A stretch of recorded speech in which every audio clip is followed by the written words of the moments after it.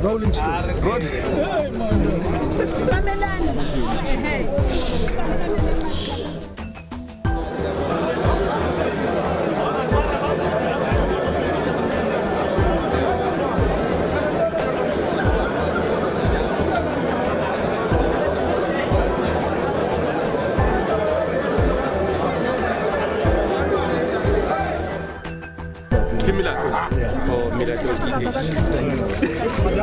Congratulations. Rolling Stone.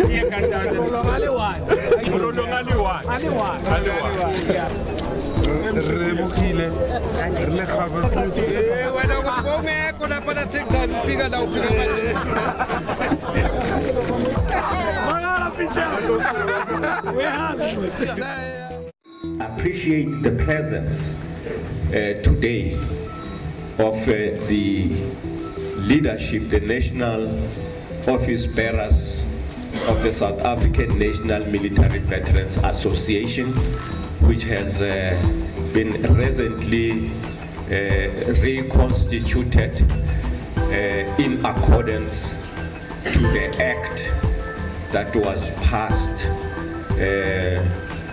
in December 2010.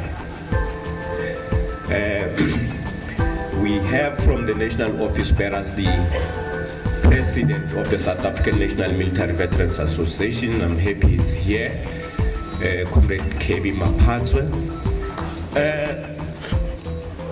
The legislation, the policy says we must also provide military veterans with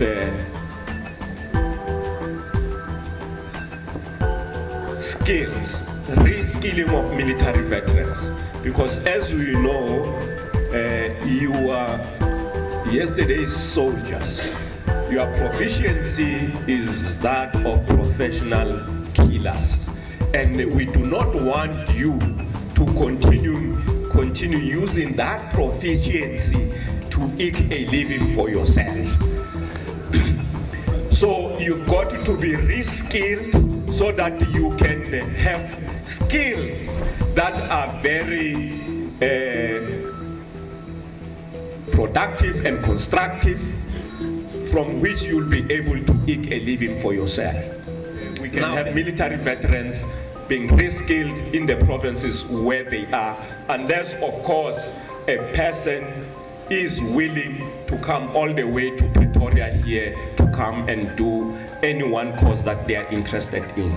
An obligation to provide military veterans with jobs, to look for job opportunities for them, reskill them but find jobs for them as well.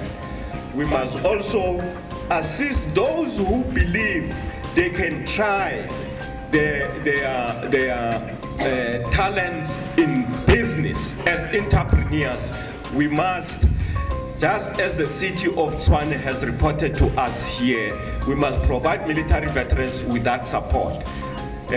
Provide you with entrepreneurial skills, the ability to prepare a business plan and to know that when you start a business, what are the basic steps that you must go through. Even in relation to the health services that we are providing, you will be aware that for the last 2 years, this is the third year, from 2010 December, the ministry took a decision that all military veterans who were above the age of 60 and above, and military veterans who had chronic ailments that required continuous medication, that we allow them free access to all of the South African National Defence Force hospitals and sick bays. We have been doing that for the last 3 years, but we did not have the money from it.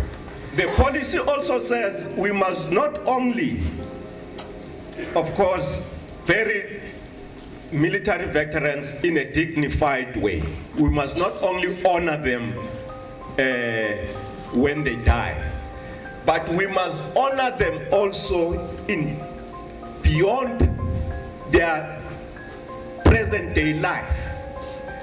We must honor military veterans whilst they are still alive, but we must honor them even when they have passed on. Also agreed that in honoring military veterans, we have designed a headstone that is standard, which all military veterans will be entitled to. We are embarking on a program to preserve all of those graves by putting a standard headstone for those on those graves. Military veterans who want to go back, who still have the energy and of course age permitting, who wants to go back and pursue their studies, we will provide that educational support right up to the first junior degree. The support for education is to military veterans and their dependents.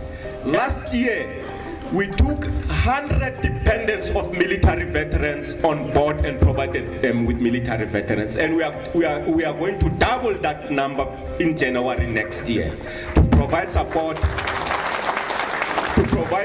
to dependents of military veterans in accessing education. Let me say that military veterans are a precious resource for our country, or to our country. And I want to make this point emphatically, so that when you leave this place today, going back home, do know that you are a very important individual in the community you come from. And what you are, nobody can take it from you.